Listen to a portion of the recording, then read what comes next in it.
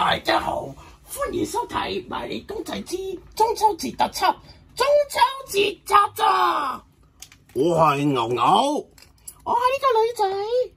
好啦，今年嘅中秋節咧就係10月6號啦，2025年嗰就係10月6號就係中秋節啦。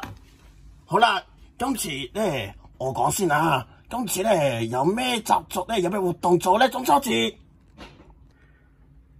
冇錯啦，係有玩燈籠嘅，因為咧中秋節玩燈籠係最熱門嘅中秋佳節啦。咁咧每個人咧出去嗰陣都會玩住燈籠咁樣玩嚟玩去噶。好啦，咁咧跟住係會食啲乜嘢咧？冇錯啦，係食月餅啦。咁中秋節最常見嘅食物就係月餅啦。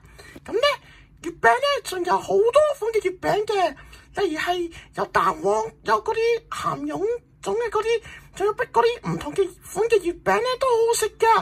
咁咧亦都係中秋節嘅食物嚟噶啦。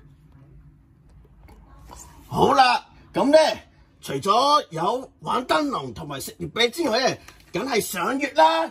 咁咧去到年15嗰陣咧係滿月嘅，咁咧滿月嗰陣可以睇觀賞月亮啦。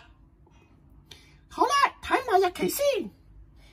每逢中秋節咧就係農曆8月15就係中秋節噶啦，係中國嘅節氣嚟嘅。